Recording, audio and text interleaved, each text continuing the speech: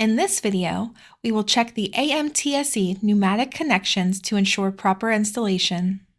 The AMTSE is an airflow transmitter that includes up to 10 sensors, which can simultaneously provide airflow measurement of one system, such as outside air, two systems, such as supply air and outside air, or three systems, such as supply air, exhaust air, and outside air.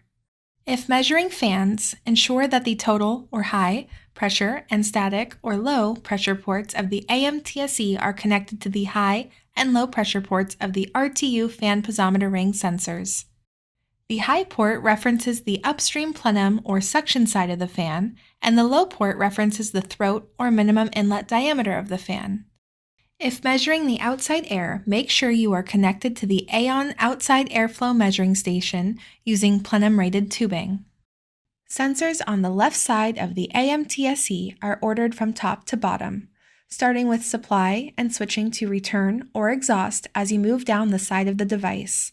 For example, if you have an application with two systems, such as 3 supply fans and 2 return fans, sensors 1 through 3 will be for the supply, and sensors 4 and 5 will be for the return.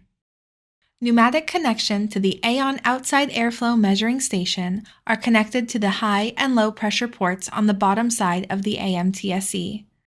See the inside cover label of the AMTSE for sensor numbering.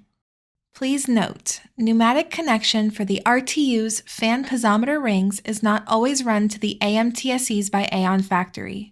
A coil of pneumatic tubing for making this connection to the AMTSE in the field may be located in the plenum near the fans. Next, let's check for proper pneumatic installation. This can be done by navigating to the sensor data page of the AMTSE from the main screen by pressing Diagnostics, then Sensor Data to confirm individual sensor flow and pressure, and then checking the following. A negative pressure reading indicates reverse tubing to a sensor. Swap the low and high signal tubing at the AMTSE for that sensor number, then cycle power. Please note we recommend calling the Paragon Tech Support line at 707-579-1424 for all sensor errors. 2S_ERR in the pressure column indicates a sensor acknowledgement error from an unresponsive sensor. Cycle power and contact the factory if the error is still occurring. This means that the sensor experienced a large negative or positive pressure, the sensor is damaged, or that the AMTSE is looking for a sensor that is not present.